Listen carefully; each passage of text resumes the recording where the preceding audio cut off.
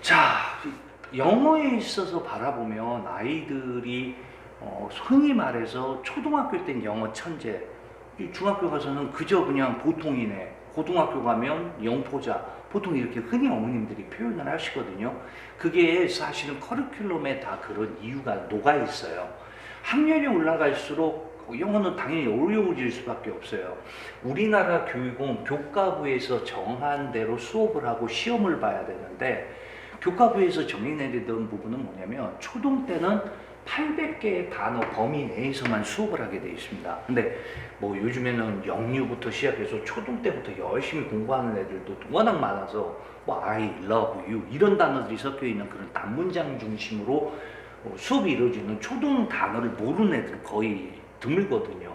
그러니까 아이들이 단어에 막히지 않기 때문에 아이들이 영어가 그렇게 크게 어렵지 않다라고 느껴지는데, 중학교에 들어가면 이 800개는 기본으로 쓰인 상태에서 2000개 정도의 단어가 늘어납니다.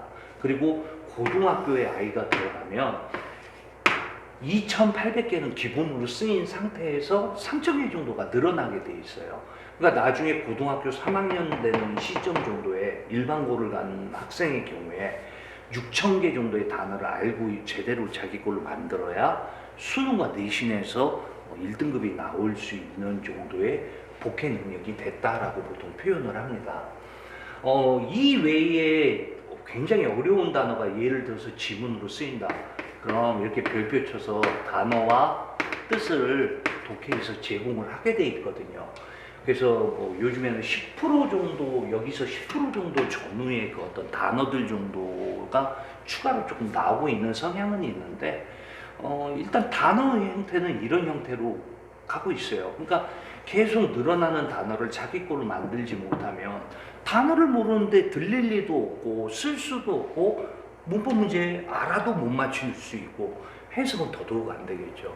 그래서 모든 외국어는 단어에서부터 시작하기 때문에 단어를 까먹는 속도보다 외우고 반복하는 속도를 늘려주면 단어는 그냥 성실하게 성실성에 의해서 잘 쌓인다고 보시면 됩니다. 이게 이제 문법에 대한 것들이 또 문제인데, 초등학교 때는 학교에서 문법을 배우진 않아요. 그냥 간단한 단문장 중심으로 재미 중심으로 영어를 배우는데, 중학교 1, 2, 3학년 과정, 그 다음 고등 과정에선 문장의 법칙, 문법이 이제 등장을 하는 거죠. 중학교 1학년 때 1학년 과정의 문법을 그냥 한마디로 표현드리면, 초등 때 배웠던 문법을 총 정리하면서 어떤 절이나 어떤 구에 대한 개념을 추가로 20% 정도 더 배우는 과정이 중학교 1학년 과정이라고 생각하시면 됩니다. 중2 과정은 이 중1 과정을 다 안다는 전제하에 관계대명사, 수동태, 현재 완료, 분사 이런 형태의 새로운 개념들을 확장해서 40% 정도 추가로 배우는 과정이고요. 중학교 3학년은 중2 과정을 다 흡수했다는 전제하에 20% 정도, 예를 들어서 의미상조, 관계부사, 분사구문 이런 것들을 추가로 배우는 과정이라고 보시면 됩니다. 나중에 아이들이 고등학교 때 배우는 문법이라는 건 사실 별거 아니에요. 중 1, 2, 3 문법을 다 안다는 전제하에 한 20% 정도의 심화 과정이나 예외 과정, 예외 사항들을 추가로 배우는 게 고등 과정의 문법이라고 생각하시면 됩니다. 문법이라는 건 그 사람들이 조금 가르치는 선생님들도 조금 잘못 이해하는 경우가 많은데, 문법이라는 걸 한마디로 요약하면 한 문장을 정확하게 해석하는 방법을 배우는 게 문법이거든요.